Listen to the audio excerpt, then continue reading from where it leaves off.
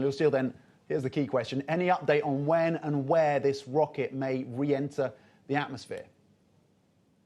Yes, hi, Tom. So the Pentagon has said that it expects this tumbling Chinese rocket to fall out of orbit and re-enter the Earth's atmosphere on Saturday. Though U.S. officials say it's too early to predict where the debris will land. I think part of the issue here is that we haven't had any updates from China's Space Administration.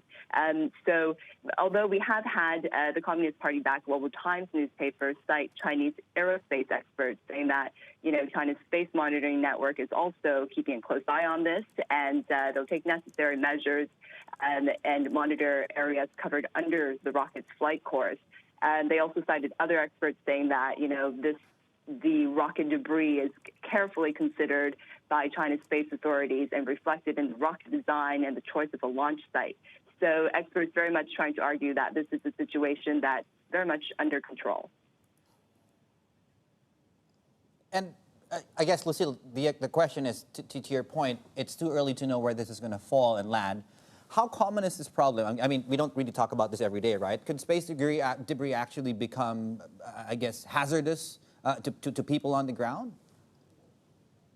Yes, I mean, I think in most cases it is, when it re-enters the atmosphere, it burns up and it doesn't become a big problem. Of course, these, Chinese experts cited by the Global Times are saying that it's very likely to fall into the ocean, of course, but we just don't know at this point. In terms of how common it is, we saw this last year, actually. So when China drew criticism from NASA from debris of another rocket which re-entered the atmosphere, and that time, Space News, citing local reports, said that those pieces of debris landed in the Ivory Coast. We've also seen this much earlier with the U.S. In 1979, where some pieces from its first space station fell into Western Australia. So, yeah, it's also, industry experts are saying that it's going to become more of a problem, especially as nations and also private companies accelerate the deployment of satellites. And so, yeah, we probably will see more of this in the future.